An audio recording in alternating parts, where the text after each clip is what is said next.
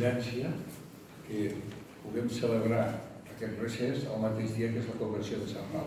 Que per cert, quan vam fer el calendari, sí que vaig veure que el 25 de gener que ho és, però no vaig pensar en aquesta profunda coincidència. De manera que el recés serà continuar la lectura primera d'avui i també l'Evangeli, amb la sintonia entre l'Eucaristia que acabem de celebrar i el que anem a fer ara és perfecte. Doncs estic molt content d'això, aquesta coincidència tan precisa, diguem, no? Perquè el títol és Pau, icona de la lectura cristiana de la realitat, de la història. Vam parlar de Pere, recordeu, Joan Baptista i avui Pau, en aquest cinquè evangeli, que és l'evangeli de l'Església dins del món, en el que vivim un període doncs, amb les seves dificultats, ens queixem, però sempre n'hi ha hagut moltes. Ja heu vist quina situació tenien aquests primers cristians que els perseguien a mort. Avui també hi ha zones que passa exactament el mateix.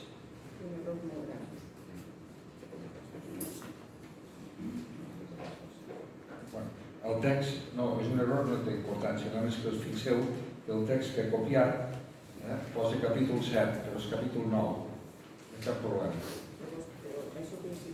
Sí, el text.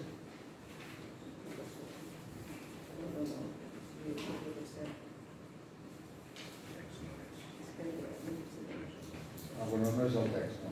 Que pues quedeu-vos, aquest també és molt bonic, o sigui que no, podeu fer la meditació un altre dia, però avui recordem la lectura que hem escoltat, la conversió de Sant Pau, que és capítol 9, però aquest text, hi ha errors que de vegades són molt bons, ja veuràs que quan la gent agafi això, no, aquest text és que és impressionant, és Esteve, però vull dir, doncs és un text que també fer la pregària un altre dia. Molt tranquil, no passa res. Que gràcies a Déu en tenim perquè mentre estiguem vius els humans tindrem lapsus. Cap problema. Però sempre he de dir-ho perquè no ho hauria mirat. Però com recordem perfectament la primera lectura d'avui, Ananies i el comentari que ens ha fet en Carles, doncs el text de meditació seria aquest. I l'Evangeli també, aneu pel món i anuncieu l'Evangeli i veure que Pau ho està fent. Bé, per tant, aquesta coincidència és bonica i veure que està en la línia d'Esteve, de Joan Baptista, de tants sants que hi ha hagut a la història. Però avui ens fixem justament en un personatge clau al costat de Pere en el naixement de l'Església. Per això el títol Pau, icona, model d'una lectura cristiana de la història, d'una mirada dels fets de cada dia amb clau creient. Això és el cristianisme, com veurem després, però és una mirada integral dels ulls, del pensament, del cor, de l'espiritualitat i de l'acció. Després ho anirem veient a poc a poc amb aquesta introducció, per després anar a veure primer el text de Pau, que recordem, i segon, com nosaltres hem anat aprenent a fer una lectura cristiana de la vida de cada dia, dels èxits, dels fracassos, de la salut, de la malaltia, de la joventut i de l'ancianitat, dels moments de serenitat i de pau i d'aquests moments que un no sap on agafar-se.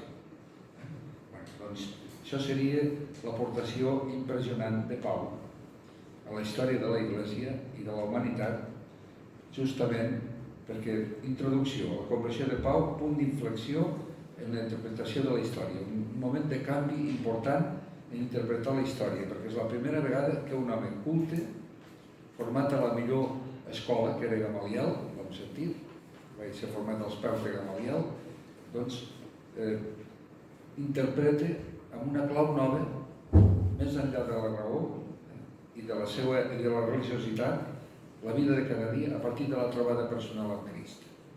Que això és el que suposa que hem fet tots nosaltres. Un dia o altre ens hem trobat amb Crist. Aquest dia han passat coses. Hi ha un abans i un després. Per tant, aquesta és l'aportació dins del recés d'aquest any, que és el cinquè evangeli, l'evangeli ja no del Crist que anava pels carrers de Galilea, que va morir a la creu i va ressuscitar.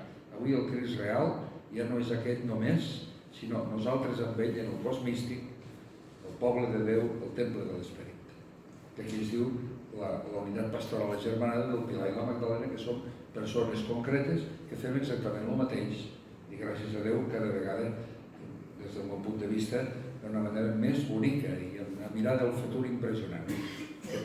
Aquesta eliminació de la barrera arquitectònica que comencen ja a edificar, doncs és un símbol de la barrera espiritual que hem tingut molt temps en la societat i que es comença a tombar. Llavors, quan entra la societat a l'Església i l'Església sortim al món, de coses tan boniques com la conversa que m'explicava amb la regidora del govern actual, quan li explica tot el projecte d'aquí, de tot allí, emocionats, i una cosa que s'està veient preciosa, que aquesta sala a les nits, si hi ha gent que passa a fer puguin venir a passar la nit aquí, perquè Jericó ja no té prou espai. Això és l'Església de Crist. Sense barreres arquitectòniques, físiques, mentals, emocionals i espirituals, perquè circuli la vida, sense trampes, ni amb la història ni amb Crist. Entrem-hi doncs, breument. Fixeu-vos que, primer de Pau, impressionant, d'una crítica radical al cristianisme fins al perseguir a mort els que volien ser cristians perquè els consideraven uns traïdors, aquest nucli, i ell era de la cultura, dels intel·lectuals dirien d'aquest temps. Passa d'aquí al seguiment i anunci del Crist fins a la mort. Això sol és per passar un bon recés. Què li va passar a Pau? Que honradament, atenció, perseguia els cristians perquè pensava que estaven destruint la tradició jueva religiosa, passa a ser un que no només es deixa de perseguir, el persegueixen amb ell i liquiden. Què li ha passat a aquest home? És el que explica en la lectura d'avui la seva conversió, la trobada amb Crist, que cadascú la té a la seva manera. Primera cosa, pensa avui, aquest recés. Quan me vaig trobar amb Crist? I va deixar de ser una idea, unes normes, unes tradicions, uns costums, uns sigles, a quedar-me amb el Crist romànic, encarnat, mort i ressuscitat, que ens dona l'Esperit Sant. Com me va passar això? Quan vaig baixar del burro? Vaig caure del cavall, com Sant Pau. Quan? Primera afirmació. I això gràcies a que ell va fer una cosa que és la que hem de fer els cristians, que un servidor certament hi ha dedicat tota la vida. Jo quan la testificava vaig tenir molts problemes perquè no me la deixaven passar.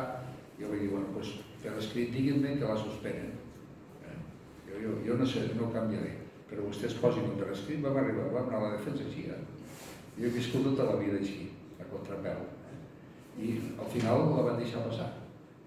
I avui un del tribunal que se l'ha carregat fa servir el que vaig aportar, aquesta metodologia, la lectura cristiana de la realitat. I ho vaig dir al final, potser he portat alguns peixos amb aquesta tesi d'anàlisi perquè els joves s'estan allunyant de l'Església després del maig del 68. Què ha passat aquí? Per què la paraula de Déu no ho toca això? Era la tesi, no? Llavors vaig dir, no hi entrem a fons i doncs ara la utilitzo. Meravellós. La vida no estem per triomfar, ja estem per servir. I el servei sempre té un preu molt car. Per tant, Pau ha canviat el cor trobant-se en Crist. Què li ha passat? Ha après a llegir els fets de cada dia, jo en dic les turbulències de la vida, les grans turbulències de la vida, perquè no sé vosaltres, però per la nostra feina estem contínuament acompanyant el dolor de malalts, de parelles que s'han trencat, de gent que no pot pagar a final de mes, de gent que no entén la vida, contínuament en veus tant i tant i tant, conflictes de pares i fills, conflictes de veïns, conflictes de la gent del pàrquing que s'enfaden entre ells per una tonteria, diguem, no? És que això és continu. Què ha passat aquí? Primer, què és això de llegir la realitat des de la fe com Sant Pau? Per tant, una pregunta prèvia.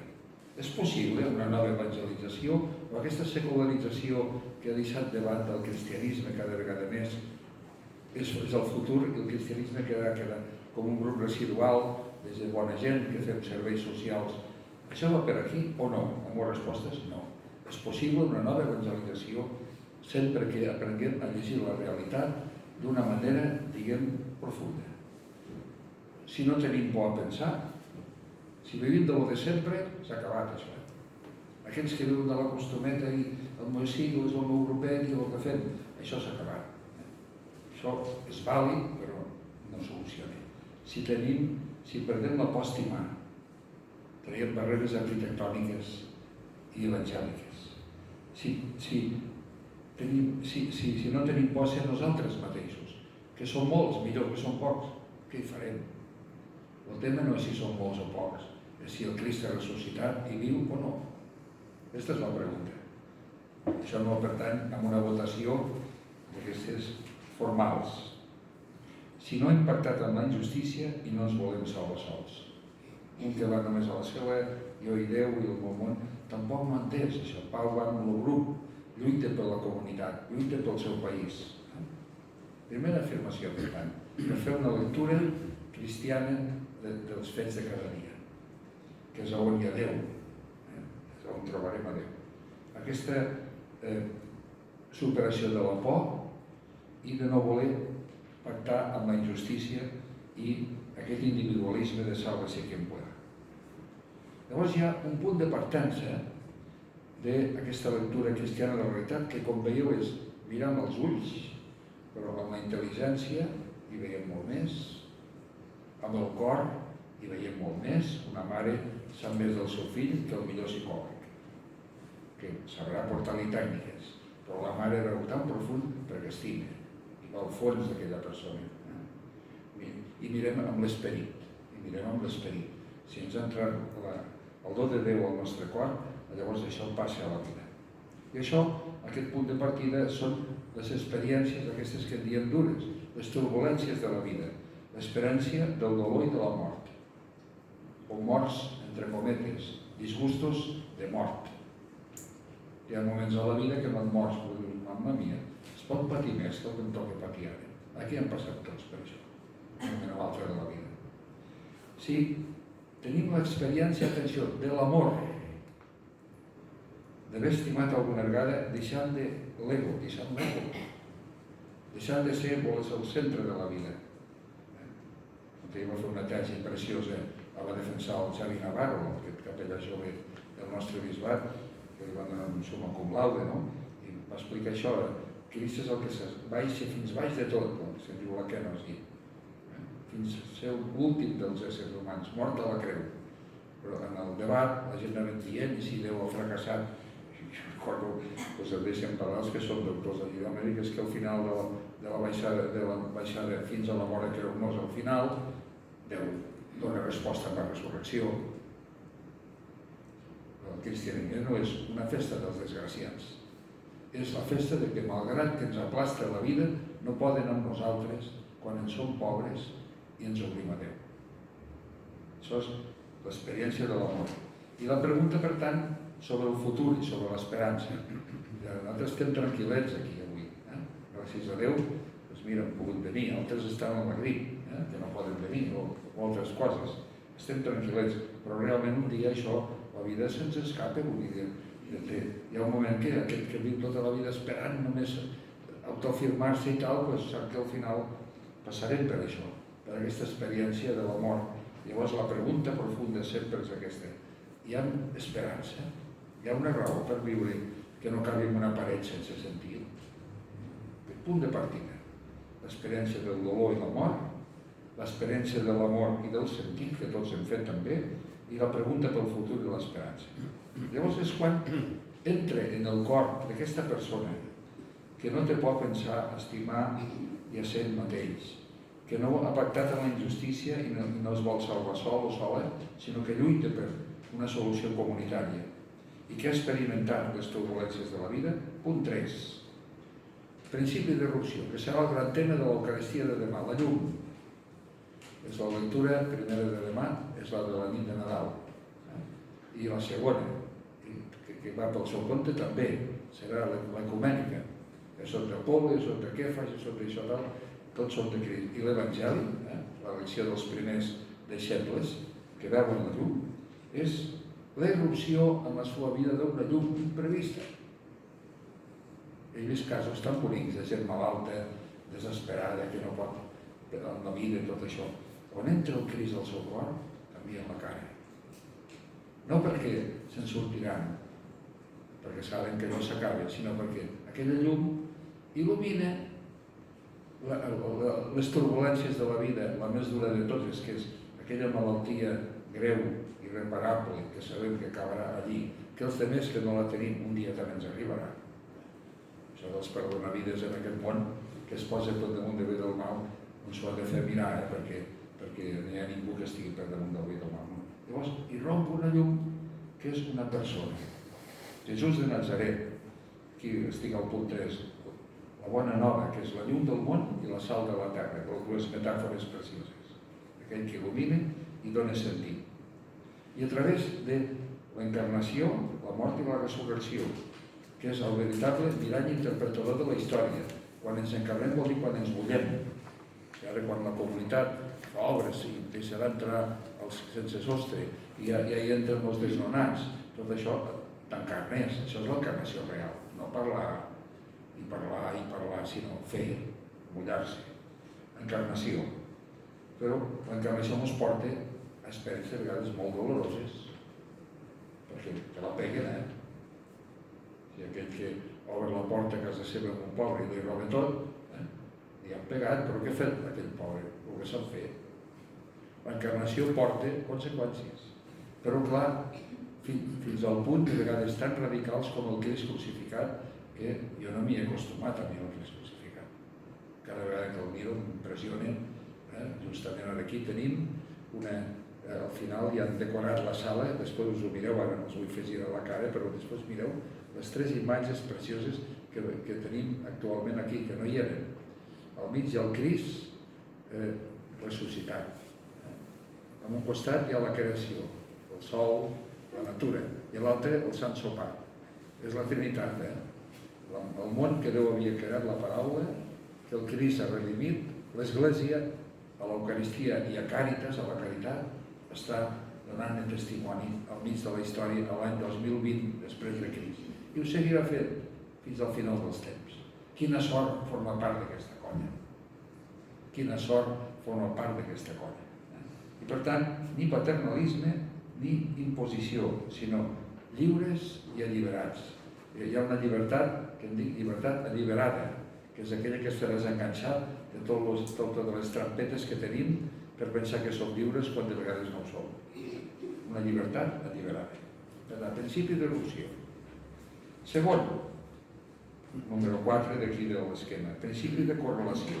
Aquesta novetat de Jesús de Nazaret se'ns ha donat gratis.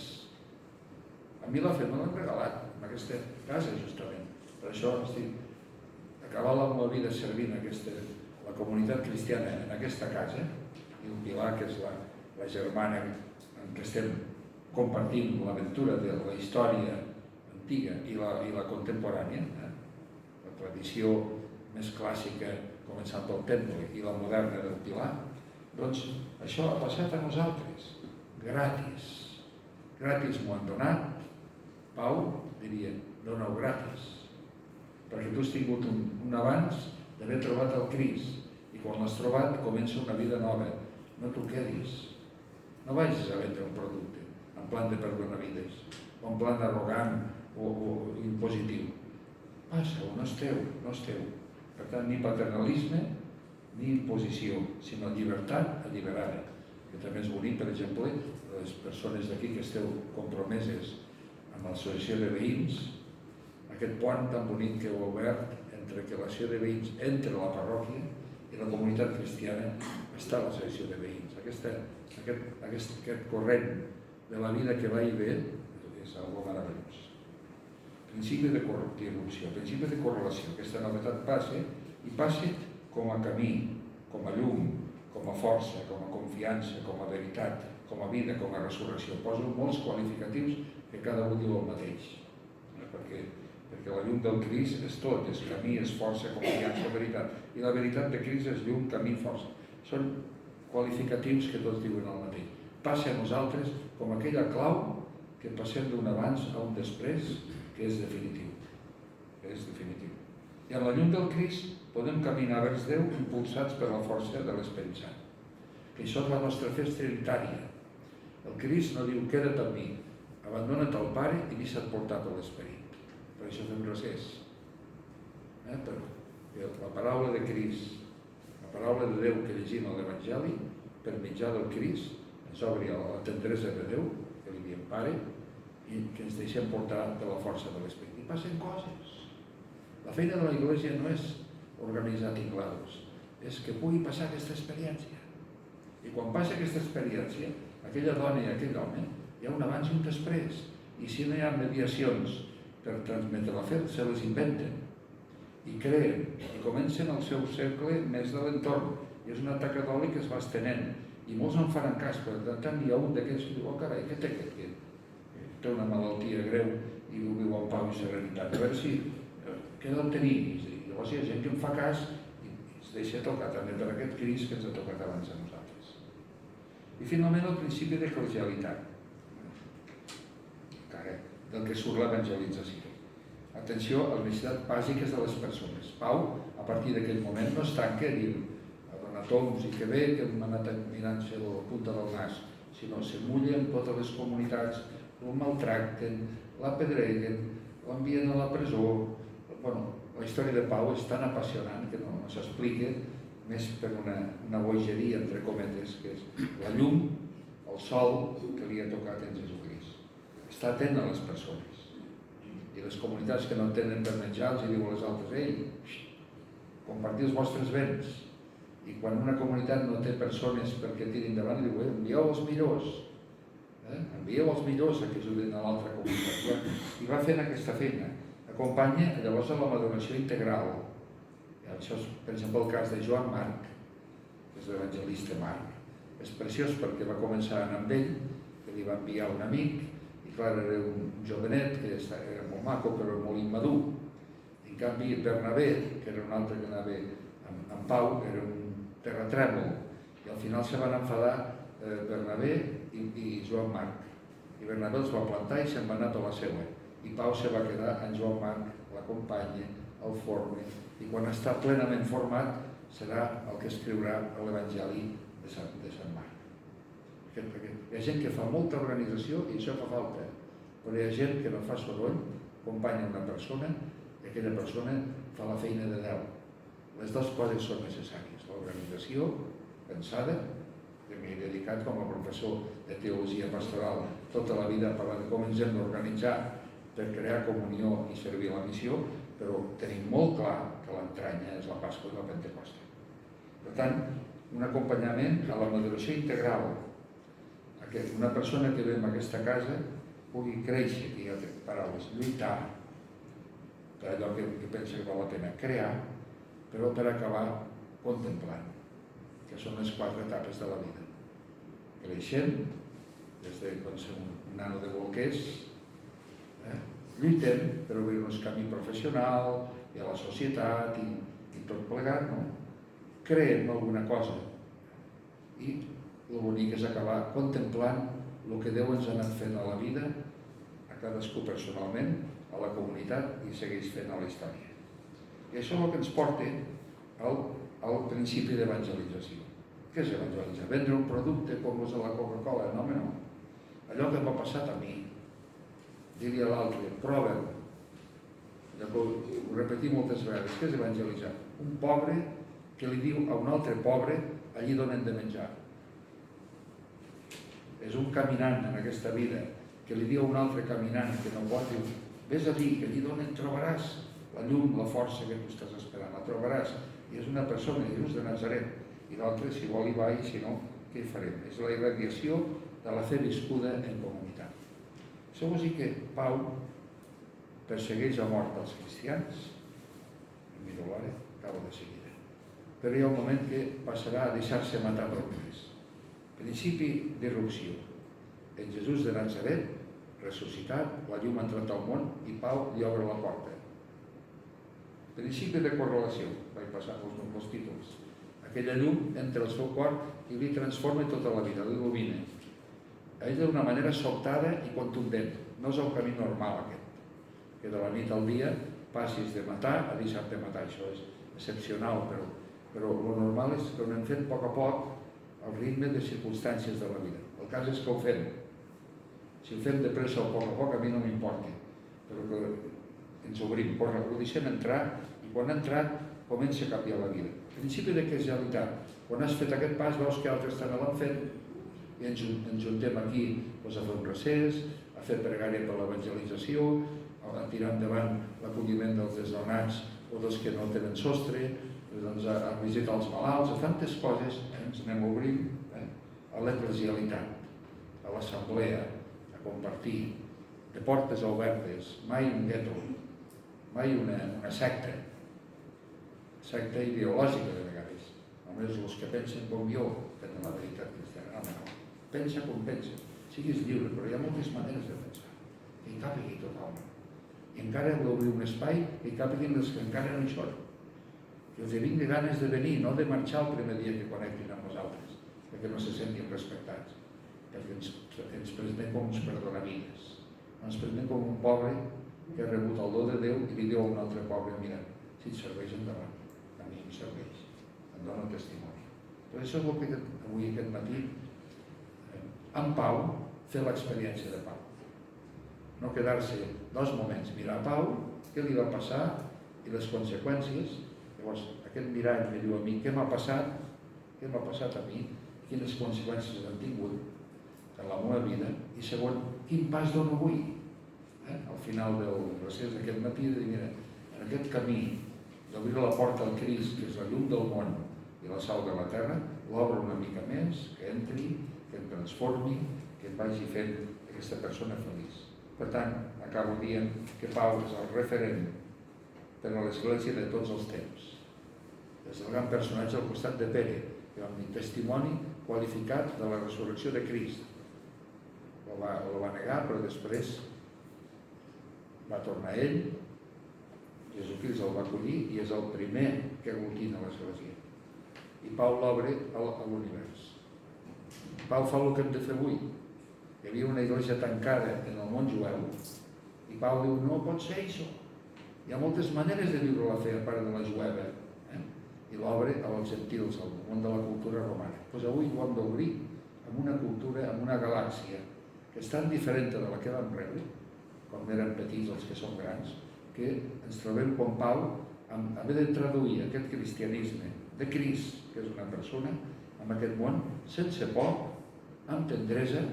Avui m'ha agradat molt, del matí he llegit ja el missatge del Papa que va publicar el dia 24, ahir, per celebrar aquest any la jornada de comunicació social, i el text és molt bonic.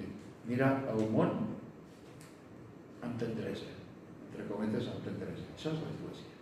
Aquell grup de dones i homes que tocats pel Crist, no ens quedem tancats dient som els bons i els altres els condenem, sinó mirem el món amb la tendresa del Crist que ha tingut primer amb nosaltres. Aquest matí ho tenim per practicar això. Doncs ara fem un moment de silenci, fem el senyal de la creu, anirem a fer la pregària i recordeu que a les 11 ens trobem aquí.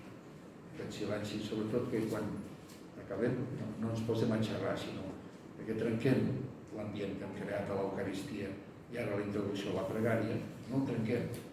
Si s'apreta foc, sí, però ja tot s'espera, no cal anar a donar canvi. Doncs ara prenem silenci i el que fem sempre, no com un tic, no perquè ho creiem de veritat, que anem a resar en nom de la Santíssima Trinitat, no d'un predicador. Per això farem la senyal de la creu, invocarem la Santíssima Trinitat i anirem a pregar cadascú amb la paraula de Déu.